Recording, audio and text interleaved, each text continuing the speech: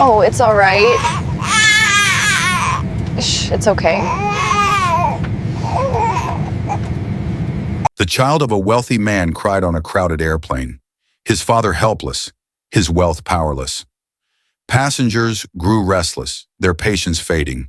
But then, a poor single mother sitting just a few rows away did something no one expected.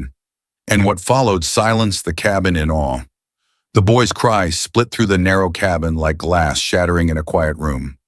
Heads turned, brows furrowed, and the atmosphere thickened with unease.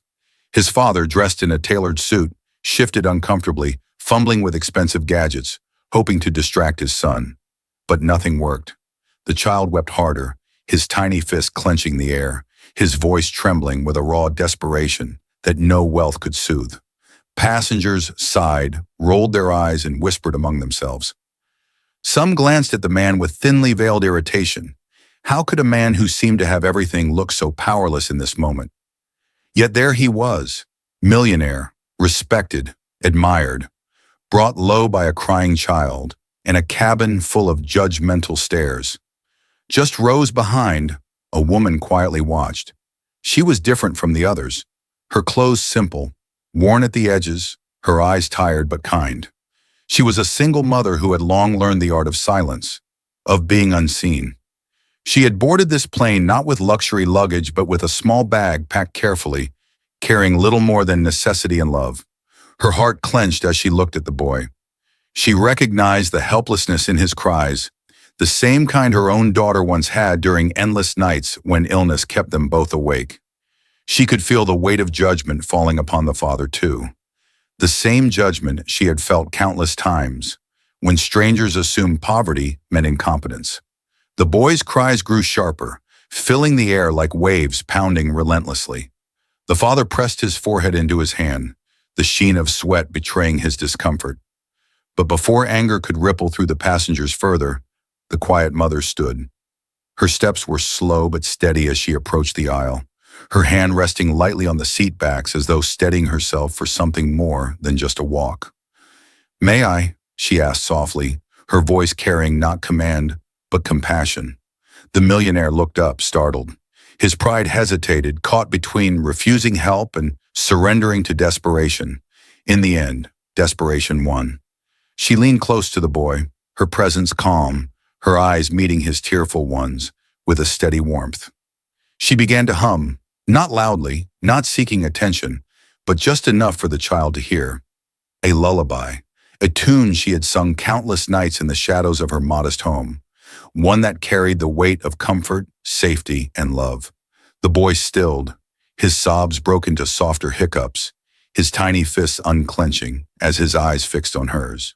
Her hands, practiced from years of holding her own child through storms of pain, gently cradled his. In moments, the crying faded into silence, leaving only the steady hum of engines and the awe of passengers who had witnessed what money could not buy. The father's eyes glistened with something unfamiliar, humility. He whispered a thank you, but the woman only smiled faintly, as if to say that kindness needed no repayment. She returned to her seat without further word, the boy now asleep against his father's chest, his face peaceful. But the silence that followed was not ordinary. It was heavy with respect. Passengers who had once judged now shifted in their seats, ashamed of their impatience, humbled by a poor woman's strength. Her story, unseen by most, carried a truth greater than wealth. Compassion has no price, and dignity wears no label. The millionaire sat frozen in reflection. For all his riches, all his influence, he realized he had never felt so small, nor so grateful. His mind replayed her lullaby, the quiet grace in her step, and the effortless way she had restored peace where he, with all his resources, could not. In that moment, he understood. Strength does not come from wealth or status, but from a heart that knows sacrifice, a spirit that has walked through storms, and hands that never stop giving. Sometime, he would later admit, the richest lessons come from those the world calls poor. The poor mother never asked for recognition, never sought praise. But in the silence that followed, respect grew louder than any applause.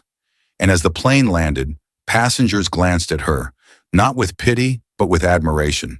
For she had shown them all that true wealth is not carried in wallets, but in hearts willing to serve.